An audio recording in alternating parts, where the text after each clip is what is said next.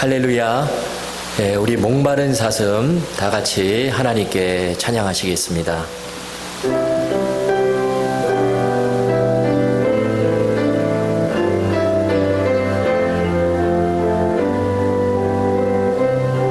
목마른 사슴, 목마른 사슴 시내 물을 찾아 헤매이듯이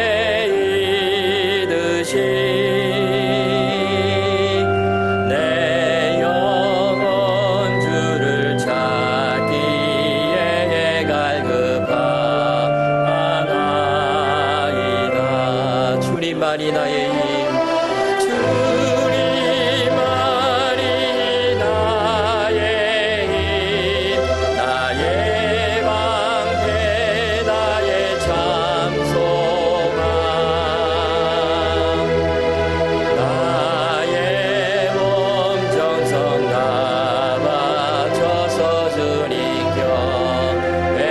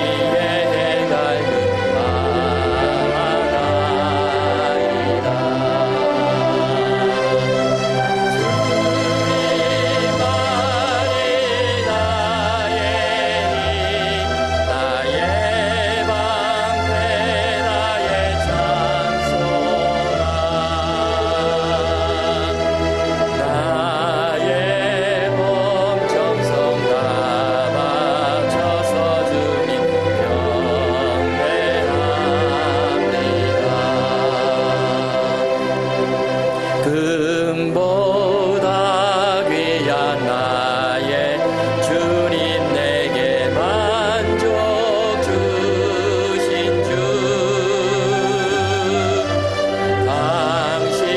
방심하리 나의 기쁨 또한 나의 참고해 주님만이 나의 힘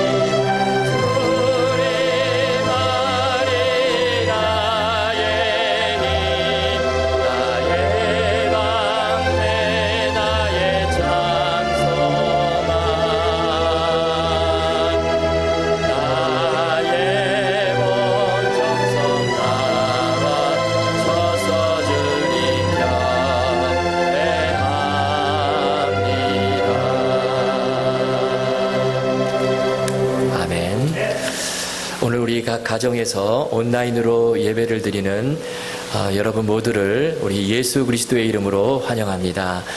이제 우리 다 같이 묵도하심으로 우리의 마음과 뜻과 정성을 다하여 우리 하나님 앞에 주일 예배를 드리시겠습니다.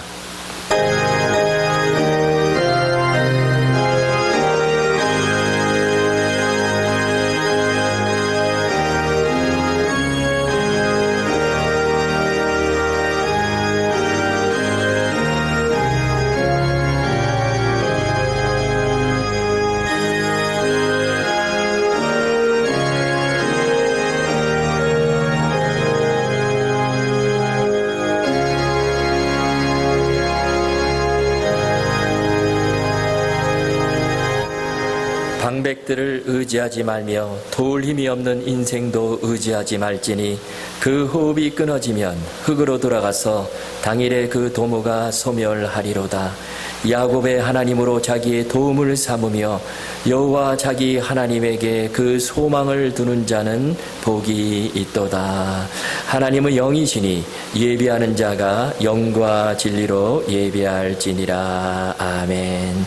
사랑하는 성도 여러분, 우리 하나님께서 기뻐하시는 예배는 우리의 상한 마음과 통해하는 심령이라 하셨습니다. 이 시간 우리 다 같이 지난 날을 돌아보시며 우리 성령님께서 주시는 진실한 마음으로 우리의 입을 열어 하나님 앞에 참회의 기도를 드리는 시간을 갖겠습니다. 다 같이 기도하시겠습니다.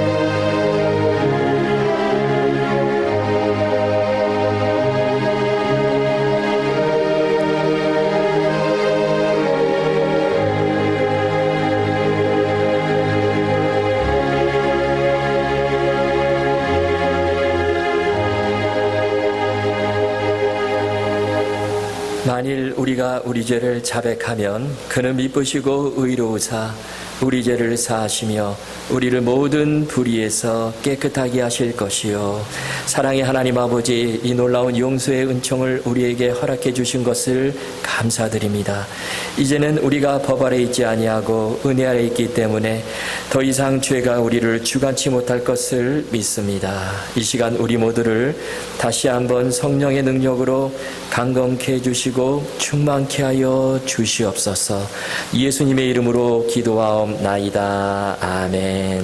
다 같이 사도신경으로 우리 신앙을 고백하시겠습니다. 전능하사 천지를 만드신 하나님 아버지를 내가 믿사오며 그 외아들 우리 주 예수 그리스도를 믿사오니 이는 성령으로 잉태하사 동정녀 마리아에게 나시고 본디오 빌라도에게 고난을 받으사 십자가에 못 박혀 죽으시고 장사한 지 사흘 만에 죽은 자 가운데서 다시 살아나시며 하늘에 오르사 전능하신 하나님 우편에 앉아 계시다가 저리로서 산자와 죽은 자를 심판하러 오시리라.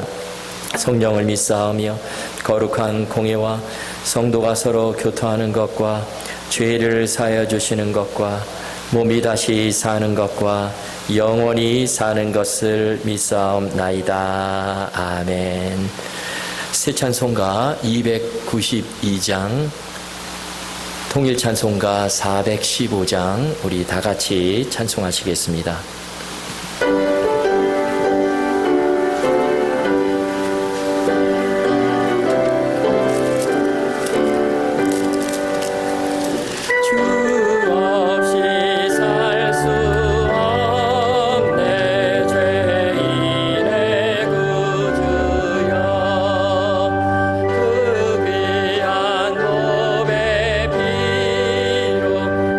날 구속하시네.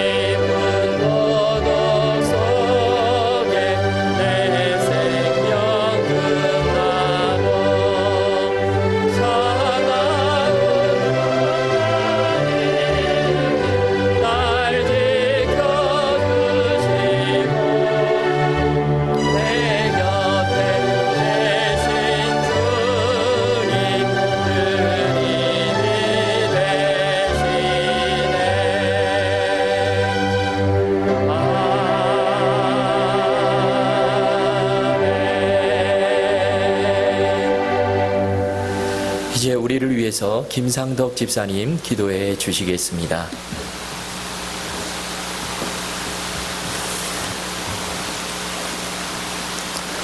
항상 저희들을 지켜주시고 인도하여 주시는 하나님 아버지, 두려움과 염려와 불안으로 가득한 세상에서 저희들을 지켜주시고 보호하여 주심을 감사드립니다.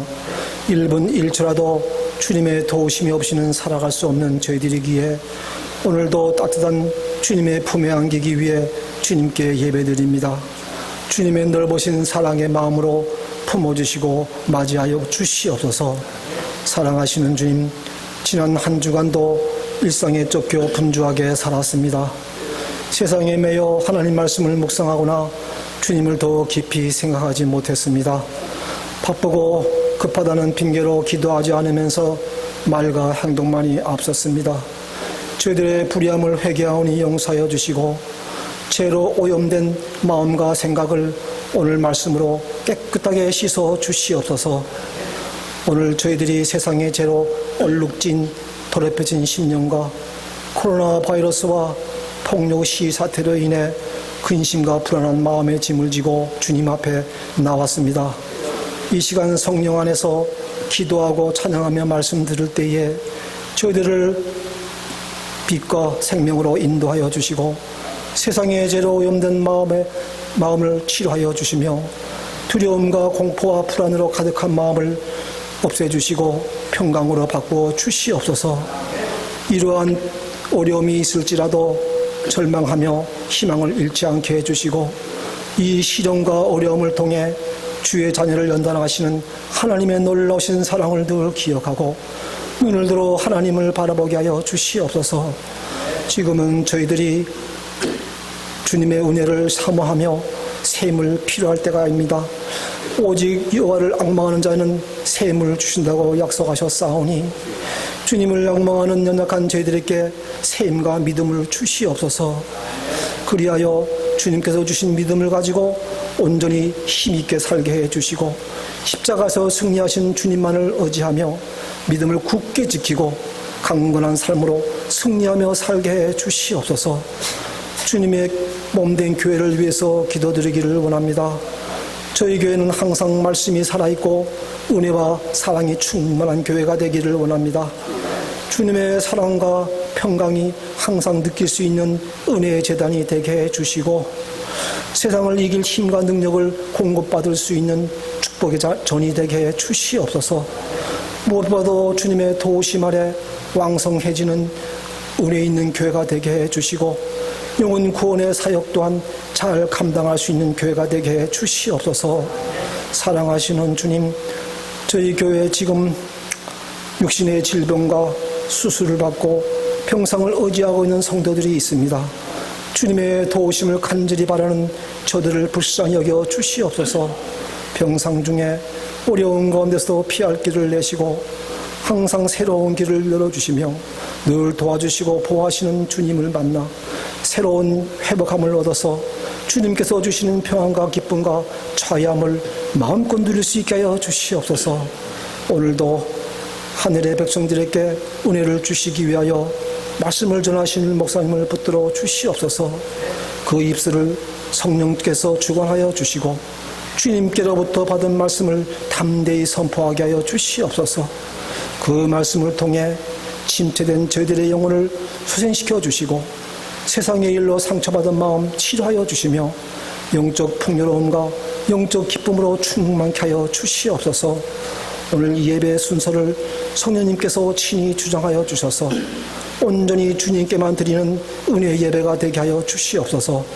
예수 그리스도의 이름으로 감사하며 기도드립니다. 아멘.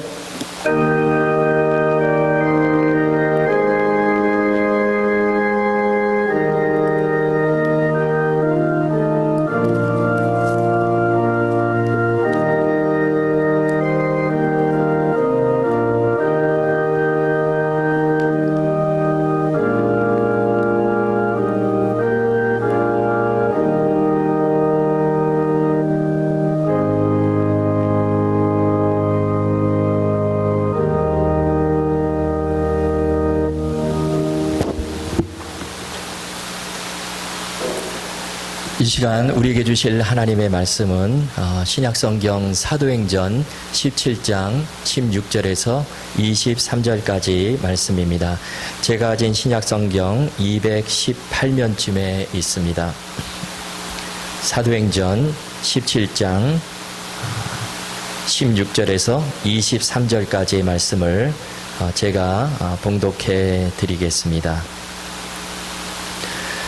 바울이 아덴에서 그들을 기다리다가 그 성에 우상이 가득한 것을 보고 마음에 격분하여 회당에서 유대인과 경건한 사람들과 또 장터에서는 날마다 만나는 사람들과 변론하니 어떤 에피쿠로스와 스토아 철학자들도 바울과 쟁론할세 어떤 사람은 이르되 이 말쟁이가 무슨 말을 하고자 하느냐 하고 어떤 사람은 이르되 이방 신들을 전하는 사람인가 보다 하니 이는 바울이 예수와 부활을 전하기 때문이러라.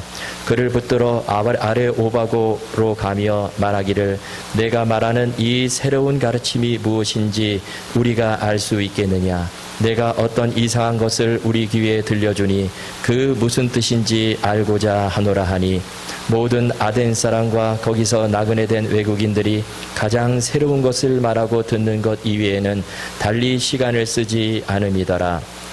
바울이 아레오바고 가운데 서서 말하되 아덴 사람들아 너희를 보니 범사에 종교심이 많도다. 내가 두루 다니며 너희가 위하는 것들을 보다가 알지 못하는 신에게라고 새긴 단도 보았으니 그런즉 너희가 알지 못하고 위하는 그것을 내가 너희에게 알게 하리라. 아멘. 이제 우리 장재영 집사님께서 귀한 찬양을 해 주시겠습니다.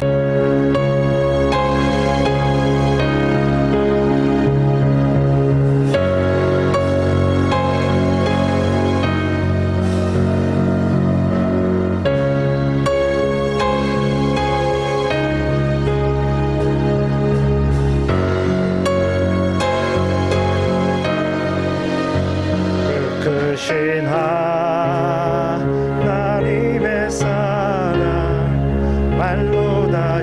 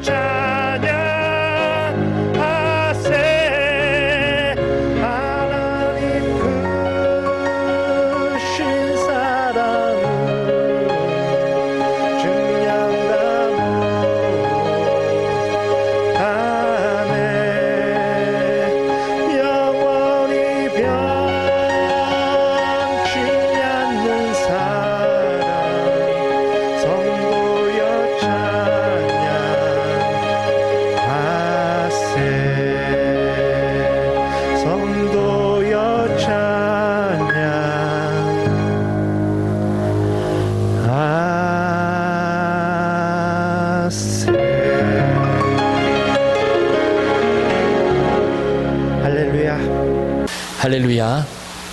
예, 오늘은 새로운 것을 찾아다니기보다 뿌리를 붙잡으라 라는 제목으로 하나님 말씀 전하겠습니다. 우리가 전도를 하다 보면 여러 종류의 사람들을 만나게 되죠. 그 중에 보면요, 특별히 이 전도하기가 아주 까다로운 그런 사람들이 있어요. 이 사람들이 누구냐면 소위 많이 배운 사람, 지성인으로 그렇게 불리우는 사람들입니다. 이런 분들은 대부분 이 말로, 논리로 전도하기가 힘들어요. 그러다 보면 계속해서 논쟁으로 끝나지요. 복음을 받아들이기가 쉽지가 않습니다. 우리가 잘 아는 이어령 박사님, 이분은 한국의 지성으로 불리우는 그런 분인데요. 문화부 장관을 지냈죠. 이분이 1970년대에 신과 인간 또 영성과 이성이라는 주제를 놓고 이 기독교계와 격렬한 논쟁을 벌였습니다. 비판적인 시각에서 이 기독교를 바라보았는데요. 처음에 이분이 이런 말을 했습니다. 내가 창세기에 나오는 이 노아, 여러분 노아 아시죠? 이 방주를 만들어서 구원을 받은, 내가 이 창세기에 나오는 노아라면 모든 사람들이 다 물속에 빠져 죽는데 나 혼자만 살겠다고 방주를 만들지는 않겠다. 결국에 노아도 망령 들어가지고 죽지 않았나, 이런 말을 했습니다. 또 구약에 보면 하나님이 앞장서서 한 종족의 편을 들고 상대편을 치는데 이게 무슨 공의의 종교인가, 이런 식으로 비판을 했습니다. 이 나름대로 이성과 논리를 가지고 그렇게 기독교를 비판하는 것이죠. 그런데 그러던 이어령 박사님 고난을 만나게 되죠. 이분의 딸 이 미나에게 실명의 위기가 찾아오고요. 그리고 미나의 큰아들 손주죠. 이어령 박사님의 손주가 원인도 알 수 없는 병으로 19일 만에 숨을 거두게 되었어요. 그때 비로소 하나님을 만나고 예수님을 믿게 되었습니다. 오늘 본문에 보니까 바울이요, 베레아에서 아덴으로 건너와서 거기서 전도를 하는 내용인데요. 제가 이 본문을 보니까 이 아덴 사람들이 마치 이어령 박사님이 하나님을 만나기 전의 모습과 같습니다. 이 아덴 사람들은요, 얼마나 똑똑한지 몰라요. 소위 말하는 지성인들입니다. 논리와 철학, 지식으로 무장한 사람들이죠. 여러분, 이 아덴이 어떤 도시일까요? 아덴은 오늘날로 하면 그리스 아테네인데요. 당시 아덴은 최고의 학문의 도시였습니다. 그리고 서양 철학이 출발한 곳이에요. 여러분, 우리가 잘 아는 철학자 소크라테스, 플라톤 있죠. 이분들이 바로 이 아덴 출신입니다. 그래서 이 소크라테스가 너 자신을 알라, 이런 유명한 말을 했죠. 그리고 또 아덴은요, 이 수사학이 발달을 했어요. 여러분, 이 수사학이 무엇일까요? 수사학은 다른 사람을 설득하고 그 사람에게 영향력을 끼치기 위해서 이 언어의 기법을 연구하는 학문입니다. 이렇게 되다 보니까 이 아덴 사람들이요, 평소에 얼마나 말을 논리적으로 설득력 있게 잘했겠습니까?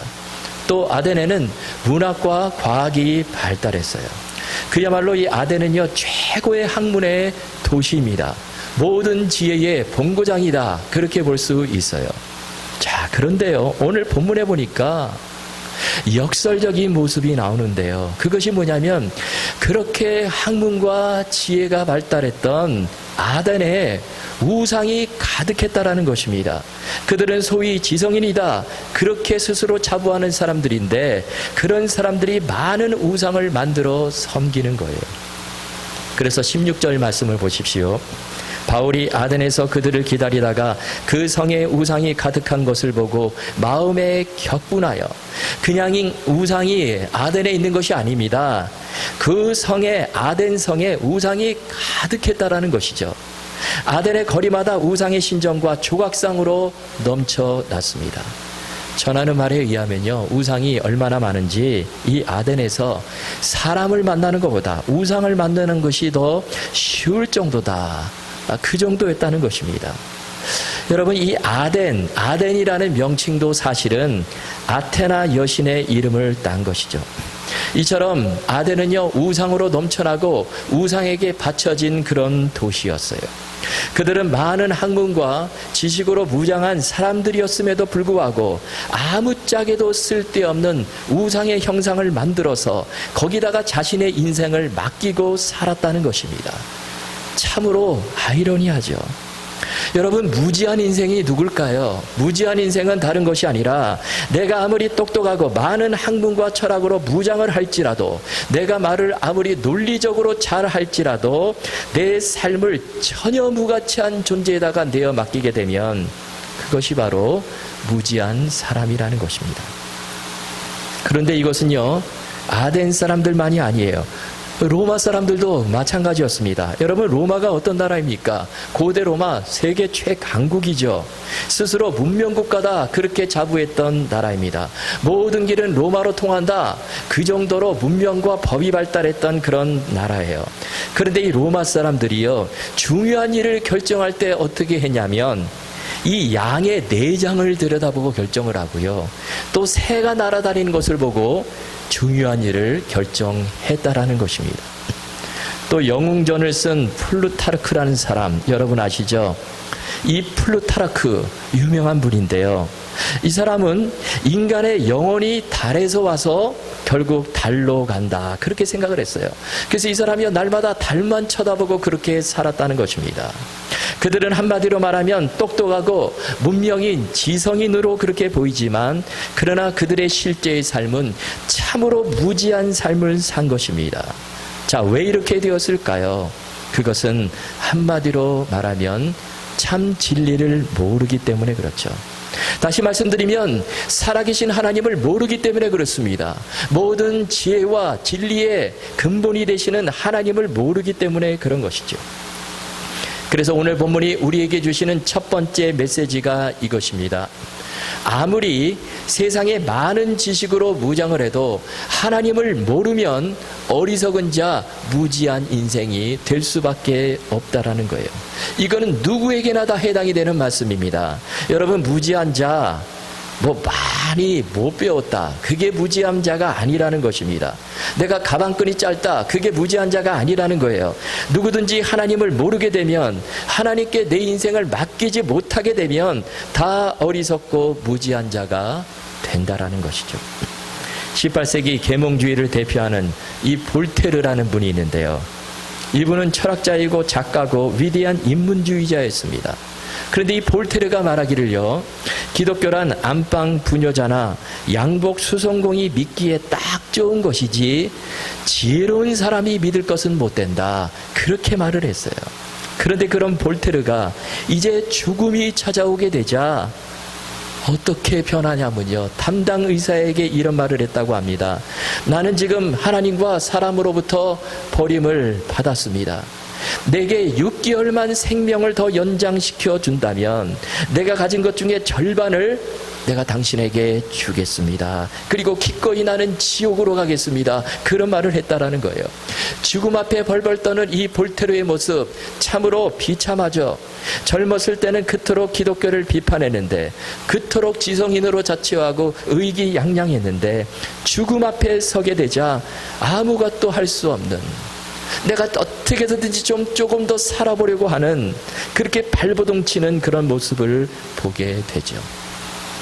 여러분, 이것이 바로 연약한 인간의 모습입니다.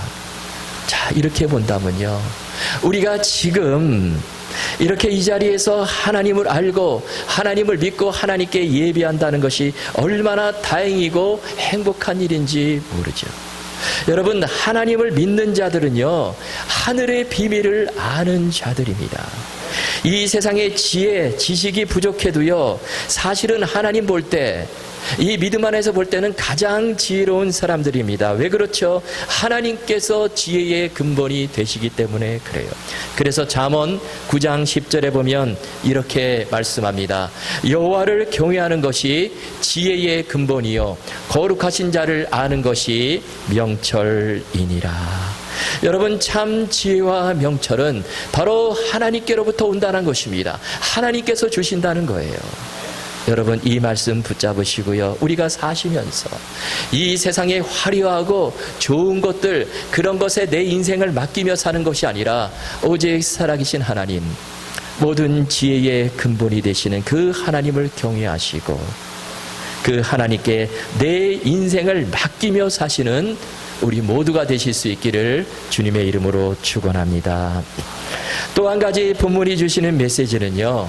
자, 믿음은 새로운 것을 찾아다니는 것이 아니라 뿌리를 붙잡는 것이다. 이 말씀을 주세요. 오늘 설교 제목과 같죠. 보면요, 신앙생활을 하면서 자꾸 이 새로운 것들을 추구하려는 사람들이 있습니다. 그래서요, 뭐 새로운 것이 있다 그러면요, 보따리 싸들고 막 찾아다녀요.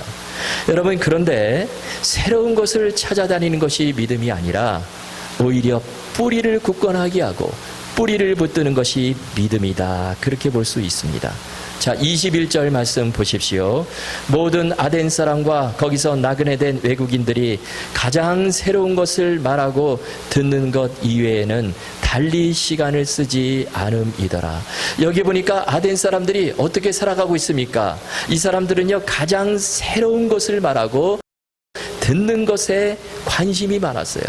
그래서 거기에다가 시간을 온통 쏟아 부었습니다. 여러분, 이렇게 되면 나타나는 현상이 무엇이죠?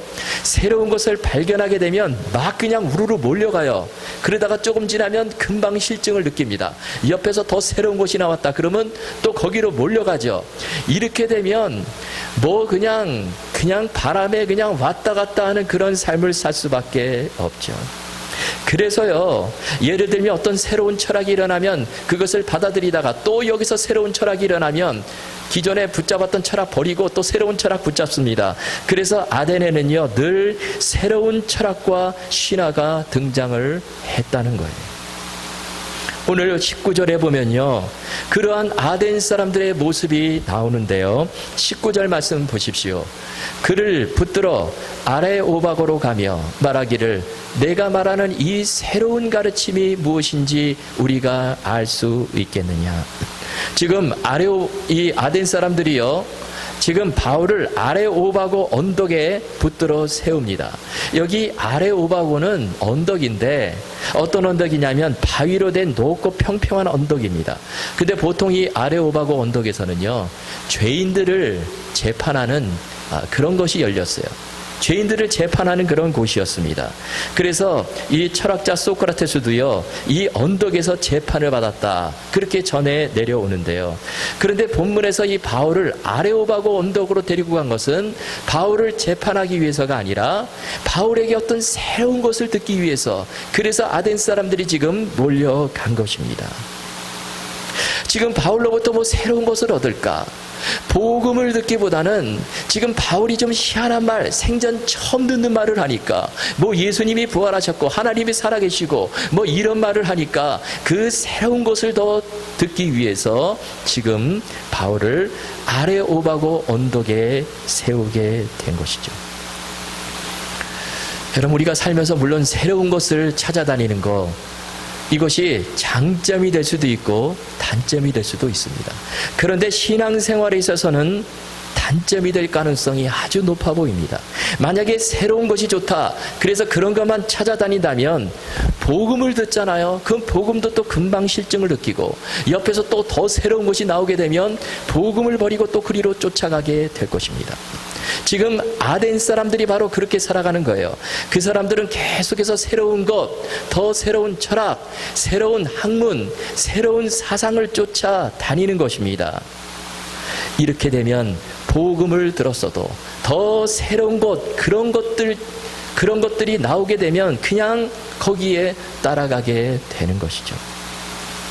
여러분, 사람들이 왜 이단에 빠지게 될까요?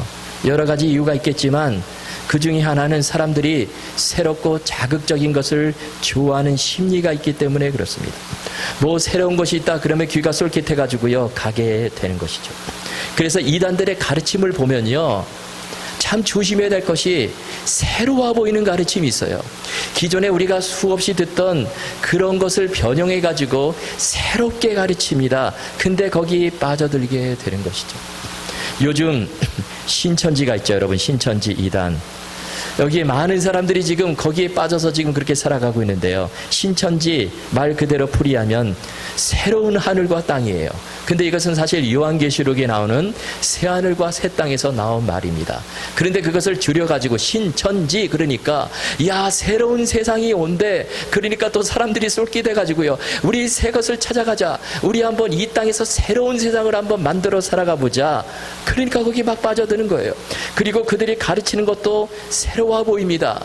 그런데 사실 말씀에 벗어난 것인데 새로워 보이니까 거기에 우르르 몰려가게 되는 것이죠.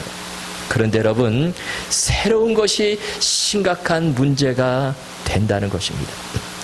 여러분, 아덴에 왜 그렇게 많은 우상들이 있었을까요? 길거리마다 가는 곳마다 그렇게 수많은 우상들을 세워놓았을까요? 우상을 하나 세우게 되면 옆에서 새로운 우상이 또 생기게 돼요. 새로운 것들을 또 만들어버립니다. 계속해서 새로운 것들을 찾아다니기 때문에. 그래서 그 아덴 성에는요, 수없이 많은 우상들이 생겨나게 된 것이죠. 여러분, 신앙생활은 사실 새로운 것을 찾아다닌 것이 아니라 뿌리를 든든히 하는 것이 바로 신앙생활입니다. 뿌리를 더 든든히 하고 그 뿌리를 붙잡는 데 신앙생활의 승패가 달려 있어요. 우리가 나무를 보더라도 이 뿌리가 참 중요하죠. 사실 이 뿌리는요, 땅속에 묻혀있기 때문에 잘 보이지를 않습니다. 그래서 이 농부들을 이 농사 짓는 거 보면요, 뭐 어떤 곡식 식물들을 심을 때 사실 이 뿌리를 굉장히 소중히 여겨요. 뿌리가 잘 내려져 있기 때문에, 내려져야 하기 때문에. 그래서 비료도 주고 뭐 거름도 주고, 그래서 뿌리를 굳건히 한 다음에 그래야 싹이 나고 식물이 잘 자랄 수 있게 되는 것이죠. 이 모죽이라는 나무가 있는데요, 대나무입니다. 한국, 중국, 일본에서 자생하는 대나무인데요. 그런데 특이하게도 이 모죽이라는 이 대나무는요, 아무리 물을 주고 정성을 다해도 5년 동안은 눈에 띄는 변화가 없다는 거예요. 뭐 자라나지도 않고 그냥 있는 그대로라고 합니다. 그런데 5년이 지나게 되면 하루에 70cm에서 80cm 쑥쑥 자라요. 그리고 결국에는 30m까지 자란다고 합니다. 여러분, 대나무가 굉장히 가늘죠. 그런데 하늘 높이 30m까지 5년이 지난 뒤부터 쑥쑥 자라난다는 거예요. 그래서 이 많은 학자들이 어떻게 이 대나무가 이렇게 자랄 수 있을까? 그것도 흔들리지 않고, 그 가느다란 대나무 정말 바람이 불면 쓰러질 것 같은데 그런 것도 없어요. 그냥 하늘로 30m까지 쑥쑥 뻗어 올라가는데 어떻게 그럴 수 있나? 조사를 해보니까 놀라움을 금치 못하는 것입니다. 그 원인이 뿌리에 있어요. 보니까 땅속에 파보니까요, 그 뿌리가 땅속 사방으로 거의 4km까지 뻗어 있다는 거예요. 엄청나죠? 보니까 5년 동안 이 대나무가 자라지 않은 것이 아니라 사실은 땅속에서 뿌리를 깊게 넓게 내리는 그런 작업을 한 것입니다. 5년 동안은 위로 전혀 자라나지 않은 채 뿌리를 더 든든히 하고 뿌리를 세우는 그런 작업을 한 것이죠. 그리고 뿌리가 다 내려지자 그 뒤로 위로 쭉쭉 성장을 하게 된 것입니다. 이렇게 되니까 흔들리지 않고 바로 설 수가 있었던 것이죠. 여러분, 우리의 신앙생활도 마찬가지입니다. 우리가요, 자꾸 눈에 보이는 뭐 아름다운 꽃을 찾아다니고 새로운 것을 찾아다니고 그것이 아니라 이 뿌리를 다지는 작업을 해야 한다는 것이죠. 그러면 이 뿌리가 무엇일까요? 그 뿌리는 바로 하나님 말씀입니다. 성경에 기록된 하나님 말씀이에요. 우리가 그 말씀을 굳건히 하고 그 말씀을 잘 먹고 잘 해석하고 그 말씀에 순종하며 나아갈 때 우리는 흔들리지 않는 삶을 살 수 있다는 것입니다. 그리고 이것은 한 번의 작업으로 끝나는 것이 아니에요. 이 모죽이라는 대나무는 5년 동안 뿌리를 굳건히 했는데요, 우리는 이 뿌리를 굳건히 하는 작업을 평생토록 해야 되는 것입니다. 우리가 날마다 하나님 말씀을 듣고 하나님 말씀을 공부하고 하나님 말씀을 묵상하고 이렇게 뿌리를 굳건하게 내릴 때, 말씀 위에 굳건하게 내릴 때 우리가 어떤 세파에도 흔들리지 않고 우리가 정말 하나님이 원하시는 그 길을 걸어갈 수 있다는 것입니다. 여러분, 이 말씀 기억하시고 우리 모두 하나님 말씀 뿌리를 굳건히 하는 그런 삶을 사실 수 있기를 주님의 이름으로 축원합니다. 마지막으로 주시는 이 세 번째 메시지. 자, 모든 전도는 다 가치와 의미가 있다는 것입니다. 열매가 많든지 적든지 다 소중하고 가치가 있다라는 거예요. 본문 32절에서 34절까지 보면요, 사도 바울이 아덴에서 전도한 그 결과를 보도를 하고 있습니다. 자, 그런데 그 결과를 보니까 썩 좋아 보이지가 않아요. 열매가 뭐 별로 없어 보입니다. 사실 보면요, 아덴에서 복음을 듣고 회심한 사람들이 손꼽을 정도예요. 몇 사람밖에 안 나와요. 34절을 보십시오. 몇 사람이 그를 가까이하여 믿으니 그 중에 아레오바고 관리 디오누시오와 다말이라는 여자와 또 다른 사람들도 있더라. 여기 보니까 몇 사람이 사도 바울을 가까이하여 믿었다라는 것이죠. 전도의 열매가요, 아주 적게 맺힌 것입니다. 뿐만 아니라 이 아덴에서 사도 바울이요, 뭐 교회 하나도 변변하게 세우질 못했어요. 그리고 뭐 다른 데는요, 데살로니가 이런 데를 보면요, 데살로니가 전후서도 써보내고 편지 서신도 써보냈는데 아덴에는 어떤 편지도 써보내질 못했습니다. 믿는 사람들이 그만큼 적기 때문에 그렇죠. 그래서 어떤 사람은요, 바울이 아덴에서의 전도가 실패했다, 그렇게 평가를 해버려요. 그런데 이것은 사실 잘못된 것입니다. 여러분, 우리가 복음 전할 때, 전도할 때는 눈에 보이는 성과가 없다고 해서, 회심한 사람이 뭐 몇 사람 안 된다고 해서 전도가 실패했다, 그렇게 말할 수 없는 것입니다. 여러분, 전도는요, 양으로 따지는 것이 아니에요. 전도는 두세 사람의 결신자가 나오고, 아니 한 사람만 나오더라도, 아니 당장의 결신자가 나오지 않더라도 결국에 하나님께서 그 열매를 거두시는 것이 바로 전도예요. 사실 아덴에서 그렇게 소수의 결신자가 나오게 된 것은요, 어떻게 보면 아덴 사람들의 교만과 강팍함 때문이지 바울의 전도가 잘못된 것은 아니었습니다. 여러분, 오늘 본문을 읽어보시면요, 오늘 본문 다음에 어떤 내용이 소개되어 있습니까? 바울이 하나님이 누구신가 설교를 해요. 아주 그냥 긴 설교를 합니다. 너무나 멋지고 너무나 분명하고 설득력 있는 그런 설교를 합니다. 명설교를 해요. 그런데도 아덴 사람들이 그 설교를 받아들이질 않아요. 그리고 몇 사람만 믿게 되는 것이죠. 왜 그럴까요? 그것은 그들의 교만함과 마음이 강팍했기 때문에 그렇습니다. 그들은 스스로 지성인이라 칭했지만 그러나 그 복음을 받아들이지 않고 마치 길가와 같은 그런 마음을 가졌기 때문에 그런 소수의 결신자가 나오게 된 것이죠. 여러분, 그러나 바울은 그러한 토양에서도 최선을 다해 복음의 씨앗을 뿌렸어요.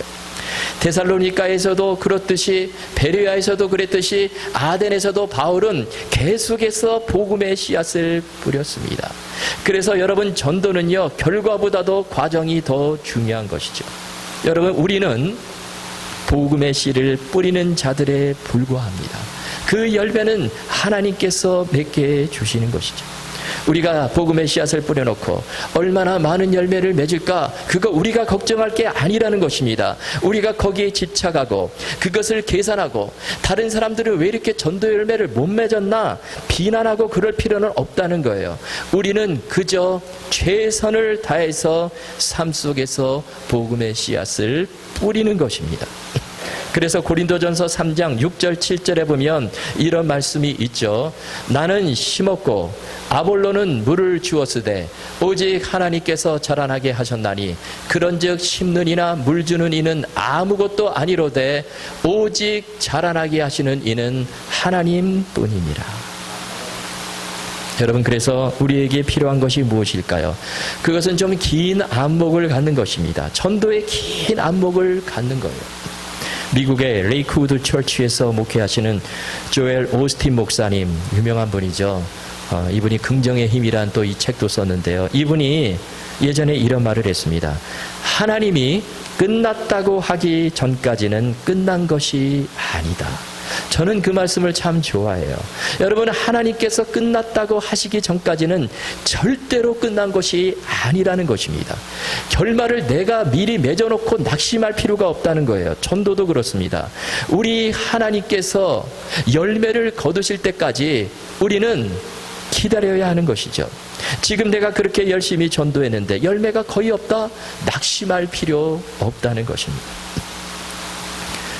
구두 수송공으로 일하던 D.L. 무디, 20세기의 최고의 복음 전도자가 되었는데요. 그런데 어느 날 한 번은 어느 주일학교 선생님이요, 아주 낙심한 채 무디에게 이런 말을 합니다. 무디 선생님, 교회에서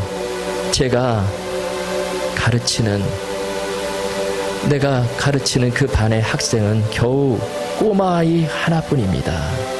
나는 지쳐버렸어요. 이런 어린아이 하나를 데리고 내가 어떻게 해야 되겠습니까? 그런 말을 했습니다. 그러자 무디가 이런 말을 합니다.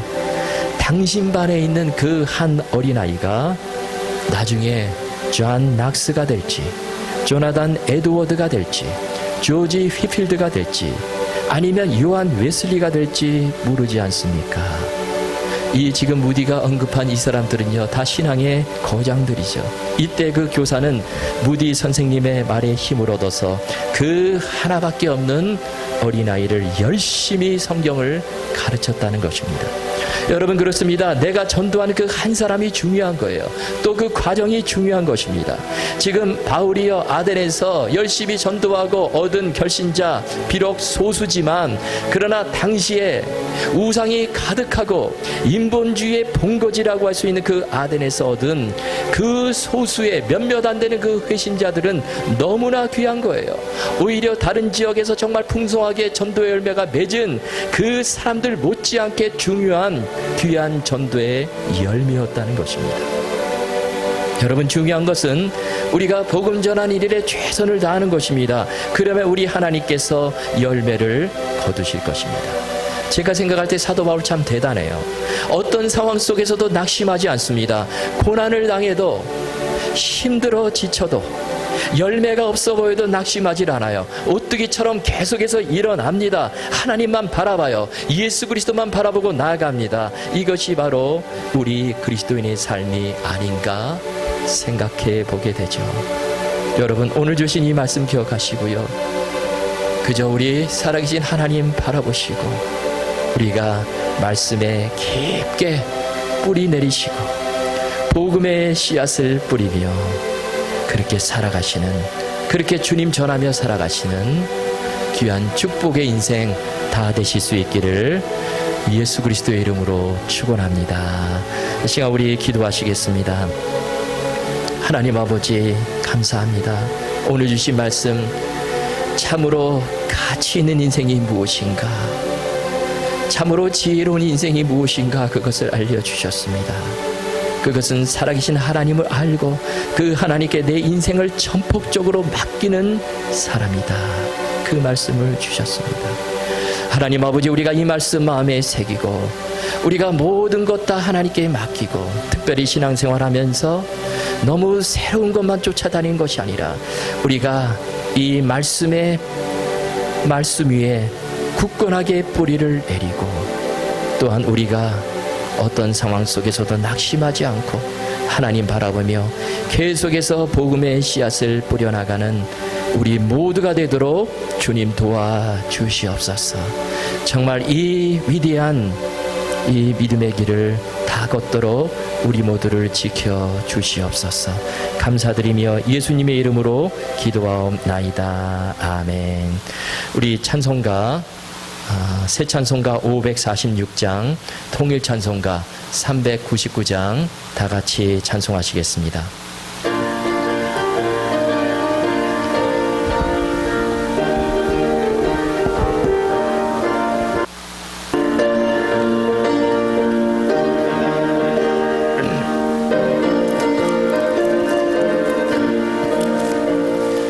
주의 약속하신 말씀 위에서 영원토록 주를 찬송하리라. 소리 높여 주께 영광 돌리며 약속 믿고 굳게 서리라.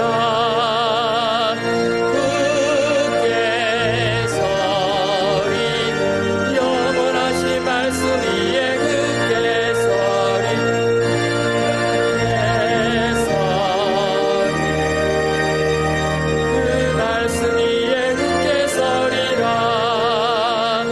주의 약속하신 약속하신 말씀 위에서 세상 염려 내게 영습할 때에 힘으로 힘써 싸워 이기며 약속 믿고 굳게 서리라. 굳게 서리 영원하신 말씀 위에 굳게 서리. 굳게 서리 그 말씀 위에 굳게 서리라. 주의 약속하신 말씀 위에서 영원하신 주의 사랑이 믿고 성령으로 힘써 싸워 이기며 약속 믿고 굳게 서리라. 굳게 서리 영원하신 말씀 위에 굳게 서리. 굳게 서리 그 말씀 위에 굳게 서리라. 주의 약속하신 말씀 위에서 성령 인도하는 대로 행하며 주님 품에 항상 안식 얻으며 약속 믿고 굳게 서리라. 굳게 서리 영원하신 말씀 위에 굳게 서리. 굳게 서리 그 말씀이 굳게 서리라. 아멘. 이제 우리 봉헌하시겠습니다.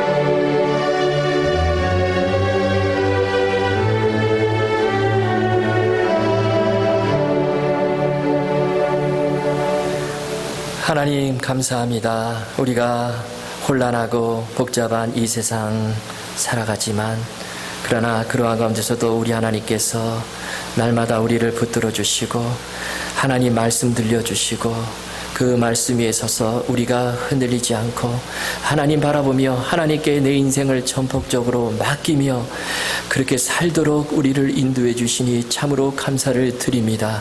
하나님 이 시간 이런 풍성한 하나님 아버지의 은혜와 사랑 감사한 마음으로 저희들 물질을 구별해서 우리 하나님 앞에 올려드립니다. 하나님 이 예물을 받으시고 이 예물이 정말 주님의 귀한 복음 사역을 위해 쓰여지고 지금도 정말 무지하고 어리석고 하나님을 모르며 그렇게 살아가는 사람들이 주님께 돌아오고 아버지 하나님 정말 우리 하나님 천국 사업을 위해 귀하게 사용되어지도록 축복해 주시옵소서. 하나님 아버지 드린 손길들 다 기억해 주시고 하나님 지금 우리가 여러 가지로 힘들고 아버지 하나님 복잡한 이 세상 살아가는데 부족함이 없도록 주께서 날마다 공급해 주시고 이 교회와 우리의 가정과 직장을 지켜주셔서 아버지 하나님 부족함이 없이 어려움 없이 주님 감사하며 찬송하며 섬기도록 주님 축복해 주시옵소서. 그러한 가운데 우리가 계속해서 복음의 씨앗을 뿌려나가는 우리 모두가 되도록 축복해 주시옵소서. 감사드리며 예수님의 이름으로 기도하옵나이다. 아멘.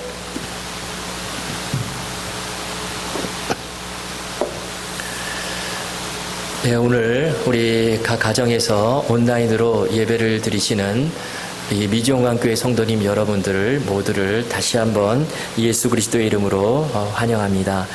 교회 소식 전해드리겠습니다.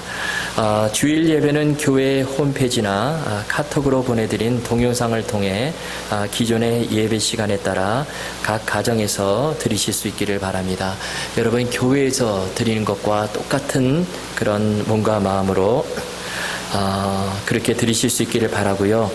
그리고 또 헌금도 정성껏 준비해서 드리실 수 있기를 바랍니다.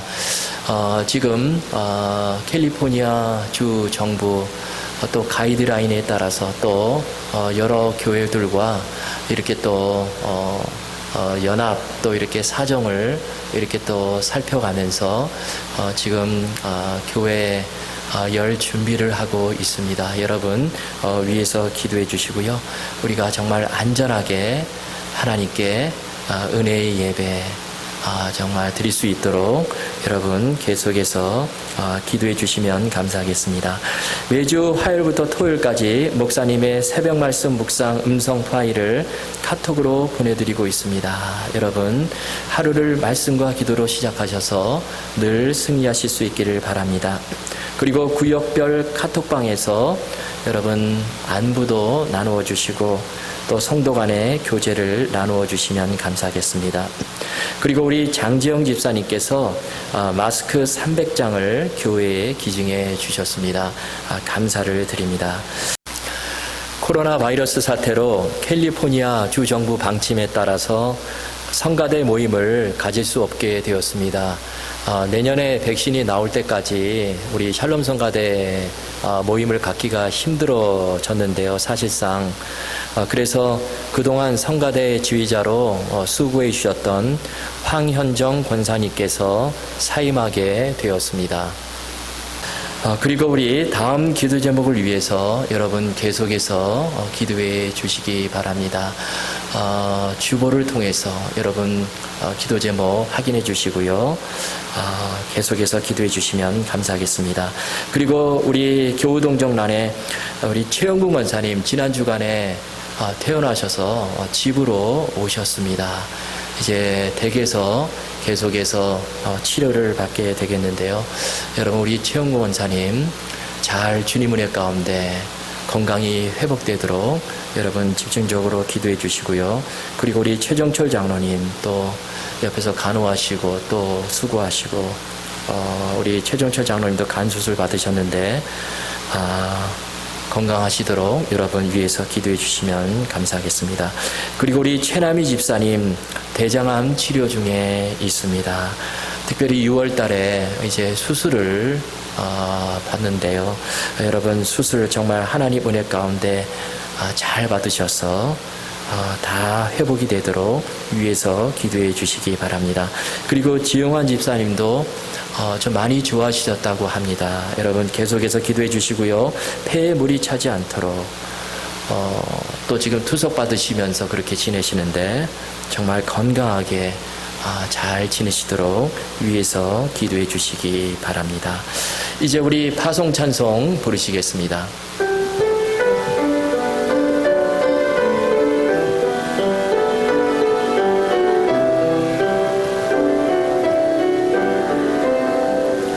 여기에 모이르리